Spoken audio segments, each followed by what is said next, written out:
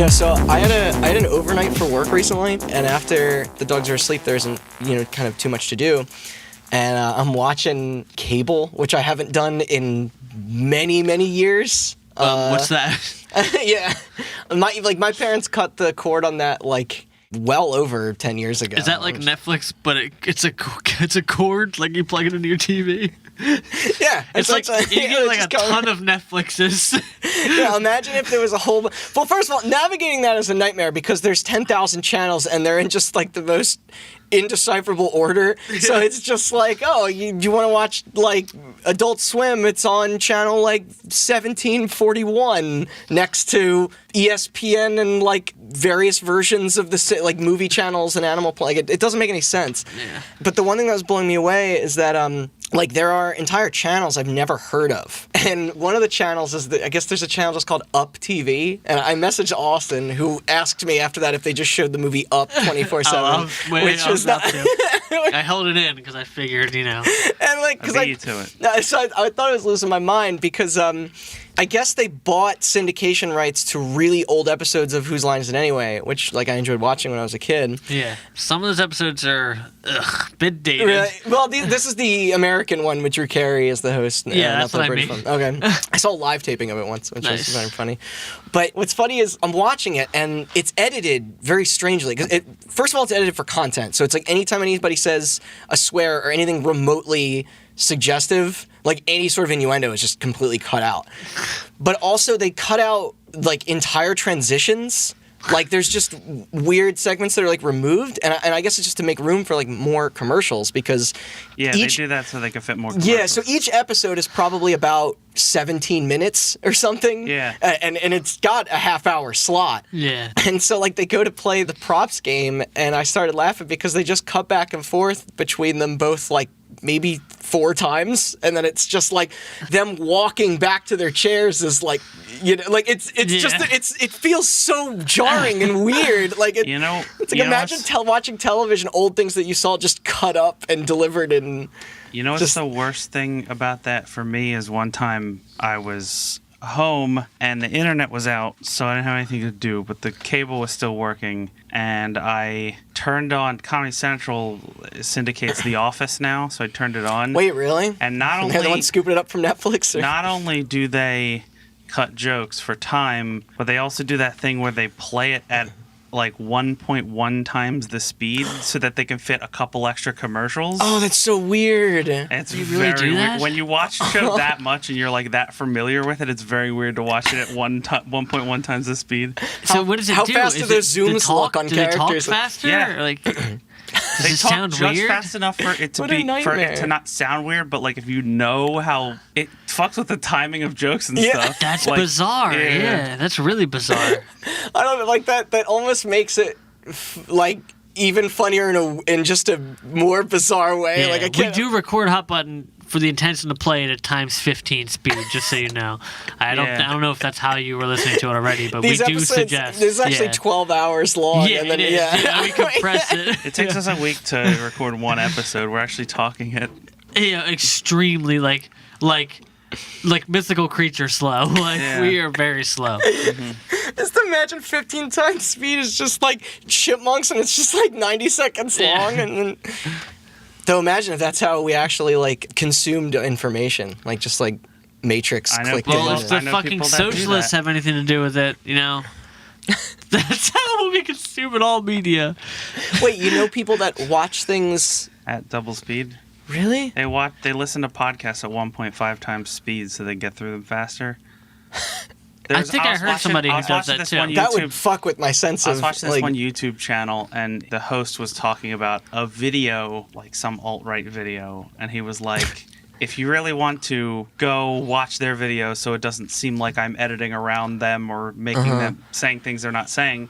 He's like, but I warn you, it's a little unbearable to watch. He's like, watch it on 2 times speed, it makes it funny or something like that. I mean, I know, most YouTube videos now offer you the option to speed them up or slow them down. All of them do. Oh, all of them do now? Because there are entire communities of people who are very into listening to pop music, but slowed down to like 1,000. They'll pull. Yeah, they're like, somebody already look, this invented Justin Bieber vaporwave. song is beautiful. If Yeah, it's that's all vaporwave is. yeah, I guess so. All right, try and put this at 2 times speed. Are you ready? Hey, what's up? Will that translate to regular speed? He's gonna do it too. Email Austin, not me. I can't be bothered with that sort of thing. All right. So urban legends are all around us. The Loch Ness Monster, the Jersey Devil, Bloody Mary. They become a part of nearly every... Loch Ness Monster is not an urban legend. Yeah? No, Tell us more. What do you know? It's a big platypus. What's that dinosaur? Plesiosaurus. Is that... Which Jurassic Park was that from? It's a real dinosaur. It's from Jurassic World. Oh, okay. Yeah. You already broke this. Go ahead, sorry, you can start over. Go ahead. So they've become a part of nearly every medium and culture for centuries. So why wouldn't they also be present in the world of games, right? What if instead of searching for Bigfoot in the wild, we were doing it in the deep dark woods of Grand Theft Auto San Andreas? What if alien spaceship? What if instead of trying to hear about whether or not Paul is dead by playing old Beatles records backwards, we were listening to Pokemon Red and Blue's spooky Lavender Town music after some kid on the playground told another that it caused young players to lose their minds? You don't have to dig too far online to find example after example. Everything from to creepypasta ROM hacks to communities of retro fans completely pulling games apart in the chance that they might find some previously inaccessible content. Some developers even get in on the fun, such as with Mortal Kombat series of fabled unlockable characters. It really is everywhere. Which brings us today to one of the most infamous, or perhaps the most infamous when discussing the crossover between urban legends and video games, Polybius, a supposedly cursed arcade cabinet that was said to be introduced by a shady government organization to only a few small locations in Oregon around the early 1980s. According to the lore, the game was reported to have caused amnesia, insomnia, addiction, night terrors, hallucinations, thoughts of suicide, the list goes on. But did it exist? Probably not. But what makes stories like this so interesting is that there may actually be a few kernels of truth to them. Just look at the rumored for decades tale of all those abandoned ET cartridges for the Atari that were buried in New Mexico back in '83. A couple years ago, some copies were totally dug up. Yeah. The Minus World in Mario was true. The Hall of Tortured Souls in Microsoft Office 95 was somehow true. So let's see just how real the story of Polybius gets. There might be more to it than you guys think, or it'll just be another Smash Brothers leak hoax or Lara Croft nude code. I'm your mysterious host for today, Randall Beatrice, here as always with Austin Blakesley and Chris Anatuano. Spooky time! Who's ready for a little creepy adventure? Yeah. So this is what do you? I was gonna say the same thing you're probably gonna say. Yeah, Okay, that we're- you can intro it. Oh, that we're kicking off a month full of spooky episodes. Yeah. All gonna be creepy, weird, dangerous, sad. Well, that's usually what we have. Yeah. Maybe it'll be Halloween themed. Yeah. Yeah, all Halloween themed October. sadness. Ooh. It's like I'm sad, but like, you know, it's orange. Yeah, so we're started off now, and then I guess every week we'll release some sort of spooky episode. Yeah, it's cool, and this interesting. is like a big one to kick it off with too. So before we begin, are you guys familiar with this particular tall tale? Like, don't tell me I was the only one browsing forums on silly stuff like this back in the day, like Coast to Coast AM and funny shit. story. I know about Polybius. I read things, watched things about Polybius. That was so long ago. Yeah, I forget. This is early internet. I forget most of it. I could give you a brief synopsis of the whole thing, but that's about it. Yeah. Which I'll let you get into that. Sure. But like never even heard of it. I specifically avoided when you said you wanted to do this episode. I was thinking about looking it up again, and then I kind of just was like, nah, I'm gonna be surprised. Yeah, it's cool. It'll make it more See fun. what I remember and what. Yeah. What you can recall is probably where most people's experience kind of begins and ends. Yeah. But you're not familiar with this one at all? No, Or? and I think most people don't don't recognize fucking it? have any idea. Maybe, yeah. Like, I would say maybe 10 or 15 years ago, it was a little more prominently talked about within the scenes of underground video game stuff. But now this is maybe a little more forgotten. Not to everyone, though. So we're going to start with Snopes.com. What better time to bring up the original fact-checking urban legend reference page? Is Snopes.com going to come up in the other ones? Because Snopes.com is also coming up in my Halloween episode. I'll just have you know. I wonder if they still get the visitors today that they used to. That was think they probably do. Okay. That was a very popular page. I think most people are more going to political. A little more aware. They were mostly like I guess maybe I wonder if they cover politics now. I wouldn't know where to start with. A lot of brought me to that page when I was younger. I think I was introduced to it by my mom when we were reading about Disney urban legends. There's a lot of those, just the stuff around the theme park and the old movies and everything. Yeah, if it involves anybody dying and being covered up, it's probably true. I don't know. That would be risky of them to say so, right? They could get shut down. Yeah, Disney's. Let's not even talk about how awful and evil they are. They're my like we have this conversation a lot. Like, damn, why can't we live in like the cool Borderlands or cyberpunk dystopia? It's like, no, we've got like no, that's not Disney and stuff. But it's like, no, Disney's horrifying. Like, oh yeah, no, totally. and like I said, me and my mom spent a whole she was working for Disney at times, but we still spent a whole lot of time on there when I was a kid, just reading about the like, hey, you can see the word sex in Lion King, and then the other end would be like, oh, people die in their park, and there's a lot of weirdness around that about how they have to. I heard that's not true. Is being true? declared dead on Disney property. Oh yeah, that seems a little too out there to be true.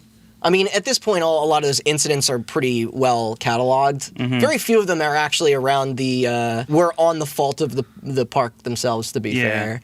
It's usually people with undiagnosed conditions or who are drunk or trying to sneak in and out of the park or be in areas they shouldn't be and stuff like that. It's like that one guy that's got a heart condition, and he's like, I know how to handle my heart, and then he gets on a roller coaster and then has a heart attack. Yep. Remember Mission Space? Yep. They had to split that into two. There's like an extreme one and a less extreme one. Yeah. Yeah. We went on the extreme one in high school. Yeah, we did. Yeah. That's how badass we are.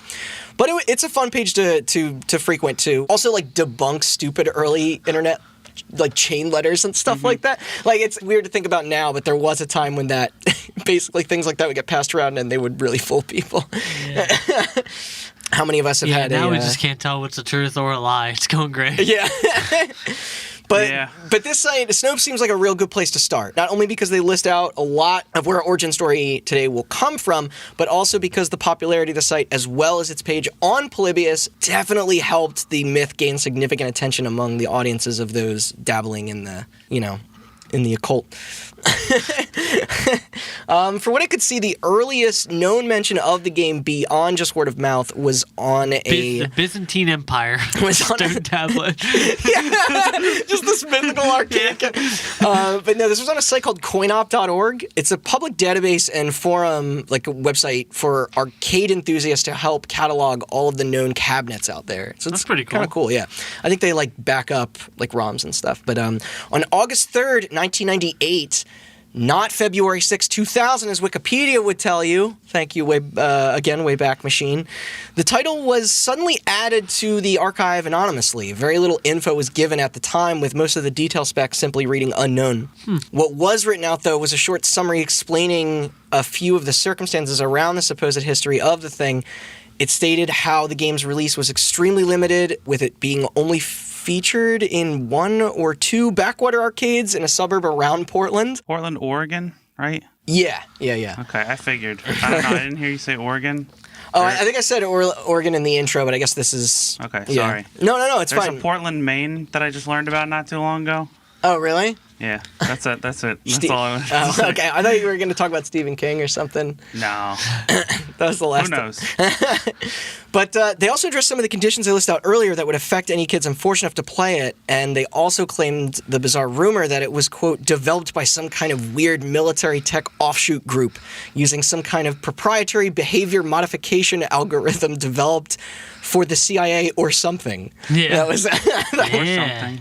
Yeah. Spooky clandestine government. It would be the FBI. The CIA doesn't operate on shore. Oh, that's true. You're right. You sure about that? I don't know. That's right. That's the NSA. Yeah. The poster then went on to say that they actually knew an operator who ran one of those arcades who told him that guys in black coats would come to collect records from the machines. They're not interested in quarters or anything, he said. They just collected information about how the game was played. So this all still feels so quaint, right? Like, Do we know anything about how it was played? What kind of game it is? Or yeah, what? which I'll get into because right now there's very little said about the gameplay. It's just about this. Yeah, They do that all the time now with the internet. There's men in black coats watch you play. Well, that's what I said. What's funny, Halo. that's meant to sound super enticing in this 1998 sort of like, but it's just like imagine later when we found out what the government was really up to, like kind of Yeah, you learn that if you have a Connect, the government's been listening to you for like 8 years or whatever. listening to this right now. Rate and subscribe. shout out China. But anyway, the most importantly in the listing, though, they gave us a description of the actual cabinet and kind of a loose concept of what the game was, like you asked, Chris, which I'm just going to read this. It just said the game was weird looking, kind of abstract, fast action with some puzzle elements. So there you have it. That's kind of I thought it was supposed to be like Tempest. Yes, which that rumor was not born yet. Okay. Because I think later on is when the idea was sort of planted that it was used vector graphics and stuff like that. But that's kind of all we have so far. More words that. So far, Men in Black show up, deposit an arcade. Don't ask any questions. Yeah. To the guy who runs. Sorry, deposit an arcade cabinet. Yeah. To the guy who runs the arcade. Yeah, and this was hard to debunk back then, I guess, in the late 90s. Like, it was. But then they simply end the post with saying that the machines disappeared after only about a month or so and that no one ever heard about it again. Until now, when a mysterious ROM showed up that was kind of like labeled as such. But it, of course, wasn't playable. It did have a title screen. Other than the Polybius name and the insert coin and press start text, the basic shit, it did have a copyright at the bottom, which a copyright that reading 1981... I think I'm pronouncing this right, Sinneslöschen, or as commenter Lady Abashi wrote, German for sense deleting or senseless. She even pointed out that Polybius was the name of a many-eyed monster in Greek mythology, which, is that true? That I knew, yeah. Okay. It is also the name of a philosopher. Oh, yeah? An actual Greek philosopher or something like that. So there's the humble beginnings of it all. The story only spread from there. And like I said, it was easier to, kind of fool people back then. Or maybe they just, they thought it was interesting. But many people like me still wanted some evidence. Yeah. The next noteworthy submission came in February of 2000 from an inquiry on the Usernet group rec.games.video.arcade.collecting. Yeah. Oh, the internet. Yeah. Asking whatever happened with the Polybius At story. GoDaddy.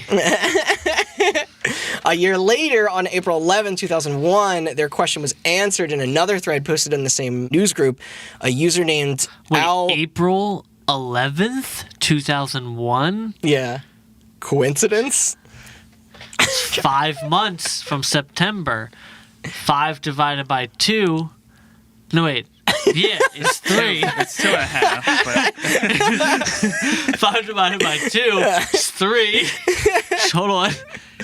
I think this has a lot to do with what Val's been doing.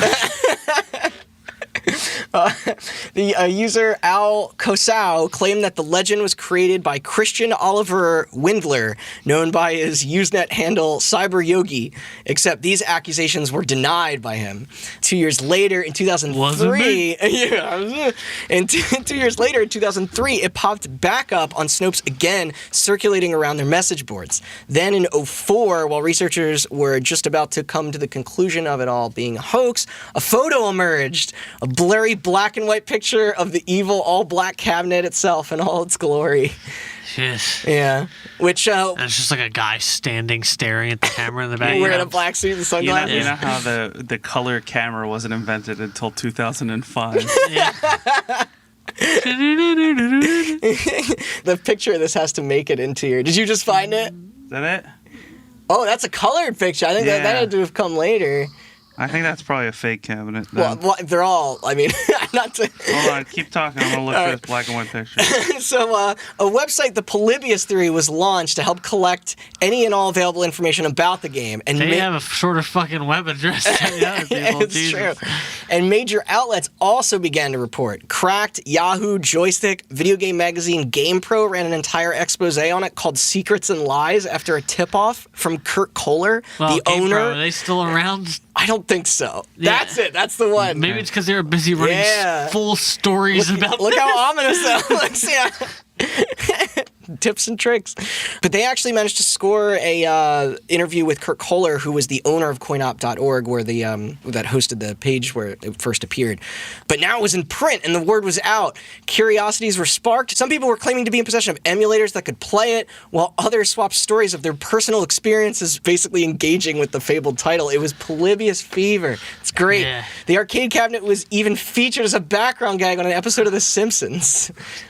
We all wanted to believe. Yeah, so it makes it there. Then, geez, it must be. Yeah, it's actually pretty good. I forget which episode it's from, but it's Barton Milhouse in an arcade, and there is a Polybius machine, and there's a giant sticker that says "Property of U.S. Government." I think Nice. slapped on it. But this all then culminated in one big memorable post that would be the basis of the whole legend for years to come. On March 20th, 2006, a man by the name of Stephen Roach would share his connection to the cursed video game in hopes of finally laying it to rest. Basically, according to him, he worked for a South American company that wished to promote a new approach, quoting, to computer graphics, which is likely vector graphics considering the time, and claimed the game was very inventive and addictive. But the graphics, though, through mistake rather than design, were soon found to be dangerous, prompting epileptic fits. Which was not exactly a known science back then, with video games. I think in a single video game that doesn't have a warning nowadays. Exactly, yeah. And thus the product was then recalled while the subcontractors at Sinneslöschen were disbanded, losing the program forever. That's the name of the company in South America? The South American company, I think, was a contractor for this supposed German company. Gotcha. Yeah. Also, like you mentioned, South America? this is... German? Have something to do with the Nazis? Hitler? He went to 9/11? Argentina, right? Yeah, it's all connected. That's in South America. It is. And like you mentioned, I also believe this is where the Tempest comparison was born. Right, yeah. Which will make sense later when we find out sort of why it was compared to that. Now, naturally, everyone wanted to know more about his claims. This led to several major outlets interviewing him, including GamePulse and GameSpot, although they were both quick to point out a lot of the inconsistencies in his story and that most of the information given was already lifted from various sources regarding the origins of the game. If anything, it just meant that the mystery was back on. So Right. it seemed very likely that he was just sort of recycling a lot of collective posts and then making it his. You know? Yeah. Adding his farts to the stink The fire. cloud. Yeah, that's what they say. Is that how that goes? Yeah. It's classic. All right, so enough of this bullshit that anyone can say, all right? Let's actually investigate. Or better yet, let's have someone more qualified investigate. Allow me to introduce journalist Kat Despera, an arcade game collector and pop culture researcher, as well as runner of the blog Retro Bitch. Nice. She was always intrigued by the Polybius urban legend and even grew up in Portland as a young teen at the time when it was said the cursed machines supposedly hit their local market. Arcades she often frequented. Honestly, what better person is there out there to try and blow the lid off the story? Yeah. So first thing she and many others prior were quick to point out was that the game did not ever seem to appear in any of those catalogs that were distributed for national arcade vendors. Yeah. Like, you know, like they have those books and those are pretty easy to find. Like I remember Why would it appear in one of those catalogs if, you know, if 10 true. guys at the I think that's just the where CIA everybody made it. that's where everybody started. I remember my parents owned a pinball machine, and I remember like going online, and a lot of those old catalogs are now backed up and like seeing it in there. And I think that pinball machine might have been in 80 or 81. Gottlieb, it was like a haunted house one. But yeah, that's kind of the first place people ran to see if they could find more details, but nothing turned up from there. The other thing that she mentioned was that its impact was never covered by any significant news outlets until the 2000s, which is odd considering the rocky road of video game controversies in the 80s and early 90s. It would have been perfect fodder for concerned parents and angry politicians. Well, I think in the ESRB one, we brought up how Depending there were... on what it did, though. I mean, what was it? We don't know how it played. We don't know what it was. We don't, but if any kid had a bad reaction to playing a game in an arcade, that would have been really easy to weaponize. So because it was about bad reactions. I thought this was about garnering data. It's about both, which is kind of what makes this so crazy. But like you said, just because it wasn't covered in the media doesn't necessarily mean that it didn't exist and that there weren't still some odd truths to what everybody was remembering. Yeah. For starters, she did confirm that the Portland suburbs were indeed a major test market for many upcoming and sometimes unnamed or unfinished future releases. Yeah, that much I knew. Yeah, which is cool. 'Cause I was going to say, it's weird that the company name was German. Yeah. I don't know why a German company would test a cabinet in Portland, Oregon, but I did know that Portland... Because it's a shell company. Oh, were there a lot of German video game developers in the 80s? I don't know. Yeah, A like, German game company. They No. were too busy with being divided down the middle. Well, I guess that... Was it from East or West Germany? But If it was mind control, it could have been either. But she went on to say that it wouldn't be entirely unheard of for one of those unmarked cabinets to be later canceled. Yeah. I think Tempest was even one of those games that showed up without a name first. Yeah. Now, obviously, she never heard anything of them being called Polybius, but that didn't stop her from wanting to pursue it anyway. She spent months compiling information and even interviewed who she could just to get every possible side. One huge discovery that she came across in this research was that it was also true that kids did actually get sick playing games at certain arcades.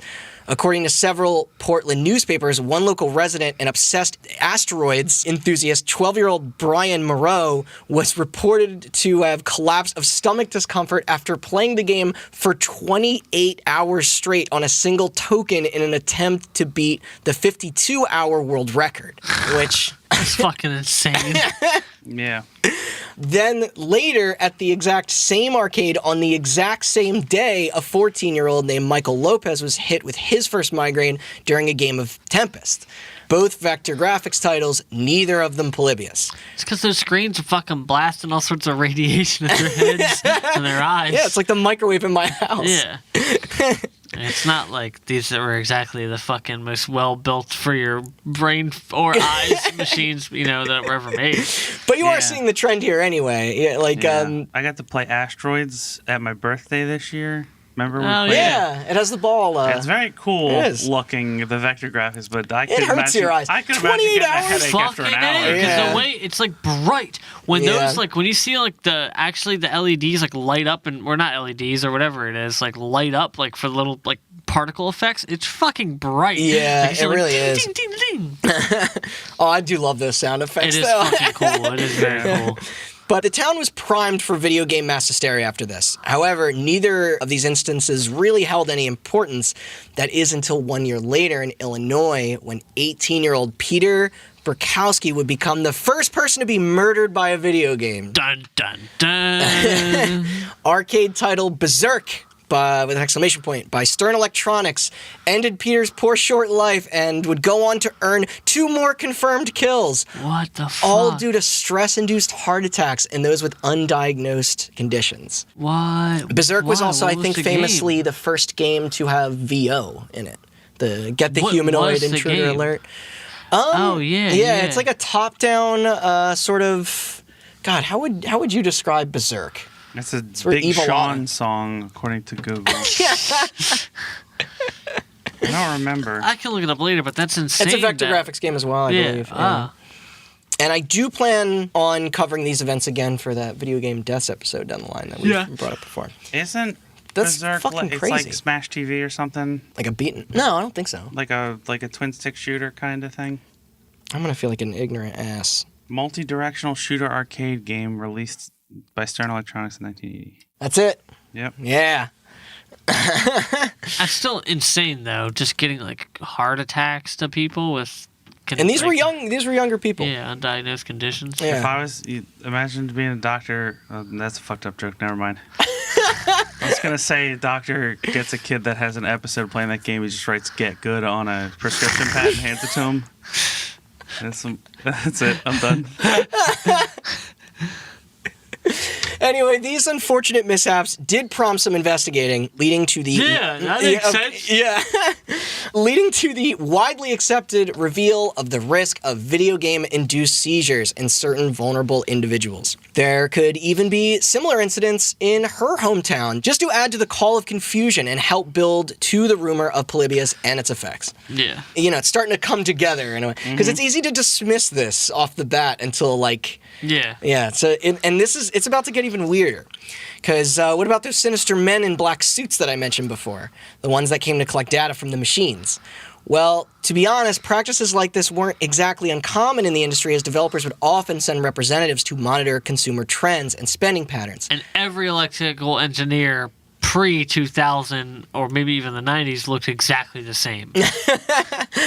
Look at pictures. However, what about those shady individuals that maybe didn't work for any game company out there? In an interview with Eurogamer, Todd Luoto, an independent filmmaker who was actively working on a documentary called The Polybius Conspiracy about the game at the time, I believe it has since been released. I think it was even shown at Sundance back in 2017.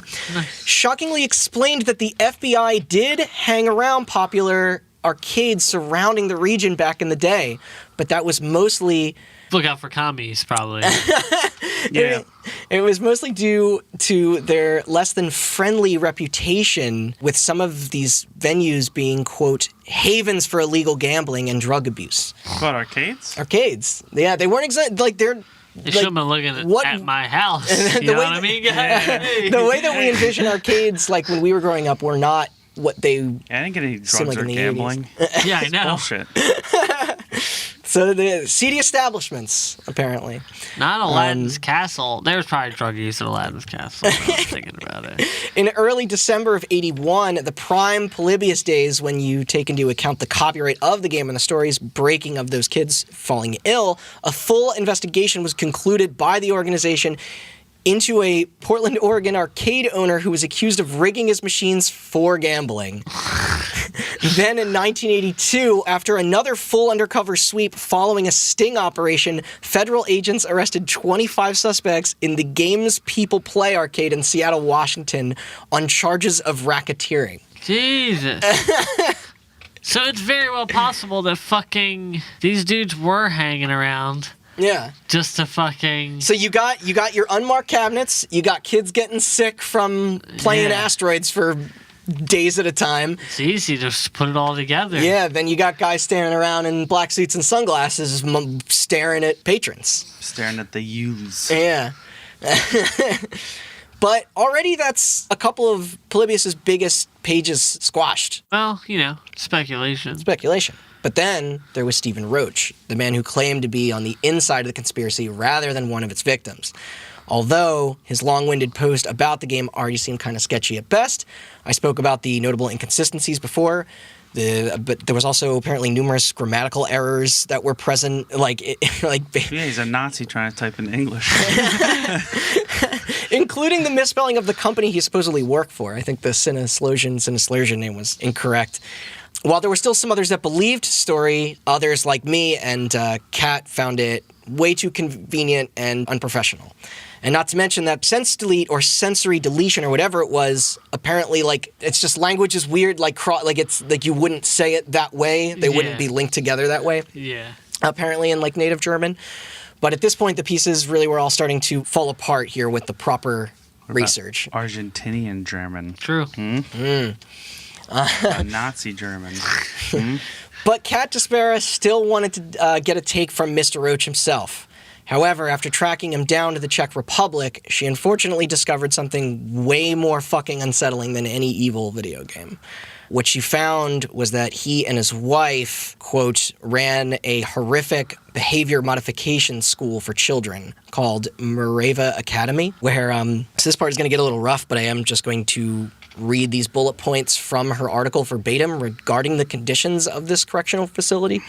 Kids kept here would be bound and tied by hands and or feet, chained or locked in dog cages, forced to lie in or wear urine and feces as one method of punishment, forced to clean and scrub toilets and the floor with their toothbrush. So it was a Scientology place. It's starting to sound like it, isn't it?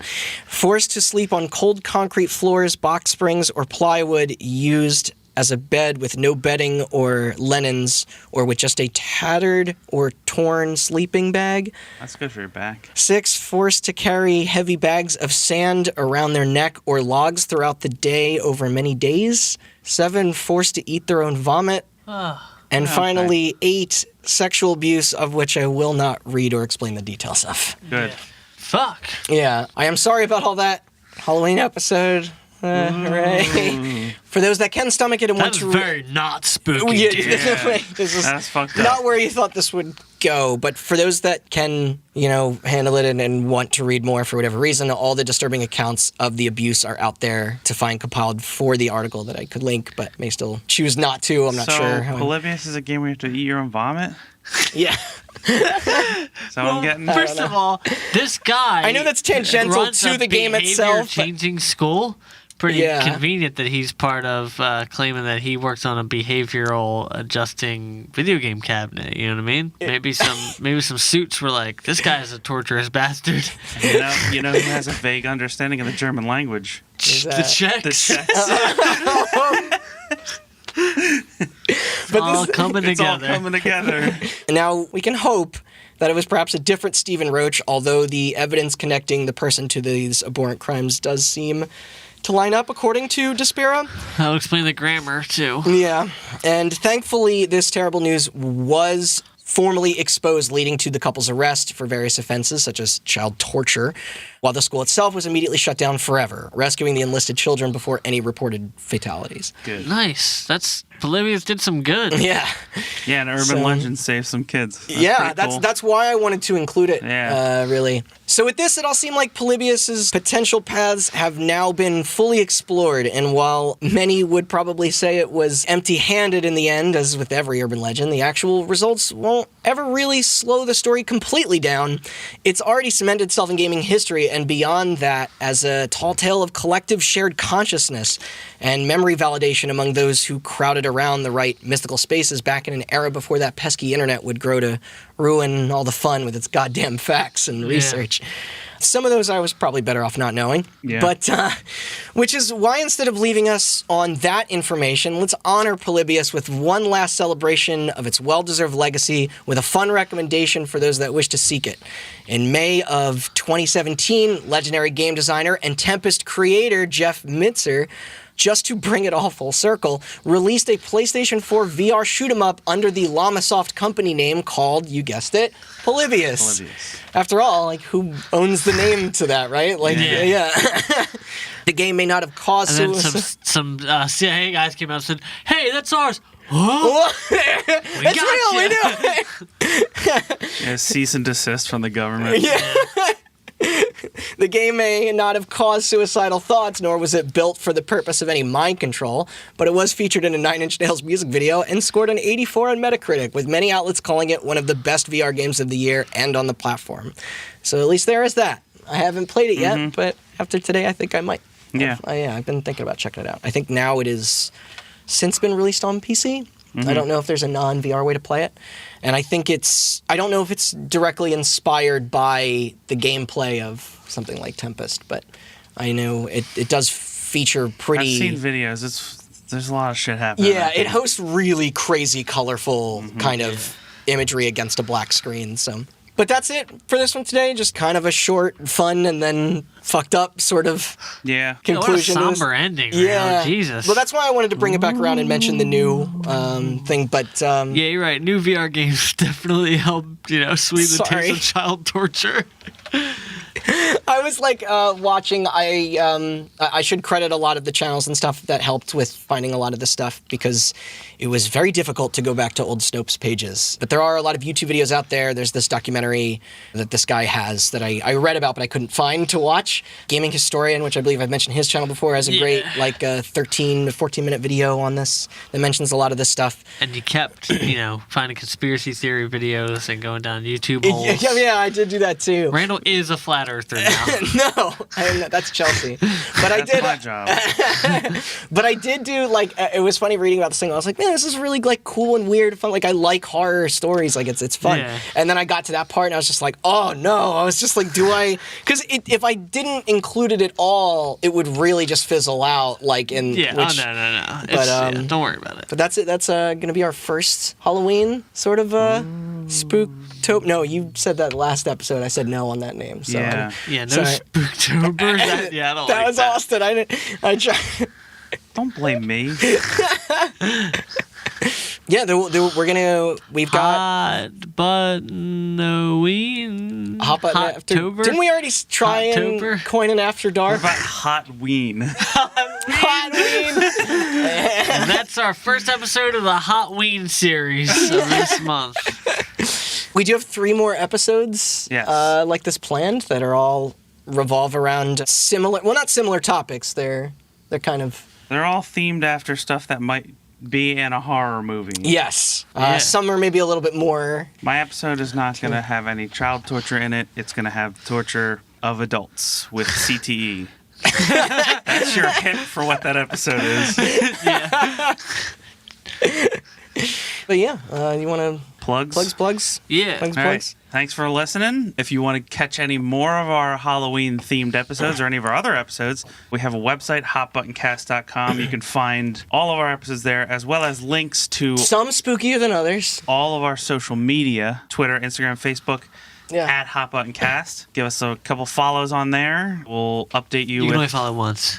Fucking idiot. You can follow on 3 times because there's 3 services. You know, it's weird. I was listening to some older episodes. Remember when we used to give our personal Twitter handles out? Yeah, don't do that anymore. Yeah. You Yeah. gotta go back and listen to the old episodes if you want to hit me up on Twitter. Your Twitter handle is really hard to figure out. Shh, don't tell them. And yeah, you can also find links to Google Play, Spotify, iTunes, and we're also on every other podcast service probably imaginable. I think they all pull from iTunes. You can rate us on iTunes. We also started a clandestine group that deposits sketchy arcade cabinets at random arcades around the Oh country. yeah, shit, I gotta go get the data from that one. Yeah. What would our evil company name be? Sinneslöschen. That's 2. But Disney. spelled right. Yeah. Our evil company would be Disney. I should have mentioned there is an umlaut over the O, which is why, because I was pronouncing it Sinneslöschen, Yeah. and then I think it's Sinneslöschen with the umlaut, correct? Sinna Disney. I don't know what that Senate does. does. I That don't means know what- remove Disney in German. So there you go. Yeah. This game sounds great. I think I got all the plugs. Okay. If you have anything to say to us, hit us up on Twitter. Yeah. If you've played Polybius, Yeah. the new one or the There's old a- one. there's If you got bunch- any ideas, There's a just, bunch of you out there listening. You can hit us up if you have anything to say on any of the social medias. We also have a button on the homepage of our website where you can actually submit your own topic. So if you have anything you'd like us to cover, Yeah. go ahead. I was gonna make the joke. If you have submit. any ideas, just keep that right now inside your brain. We got this. No, we haven't submitted a topic button. No, yeah, you go ahead and do that. If you have any I ideas, think- rudely send us a death threat. Also, we Yeah. got some stuff in the works. Not trying to get too ahead of it, but I'm trying to maybe get some video going. We were talking about that. Maybe expanding our entertainment sphere. You can see what we look So like. if you have any ideas or Mm-hmm. you want to get involved or you like Hot Button in any way and that's something you'd like to see, give some feedback, let us know. Yeah. All right. And with that, we're going to call it.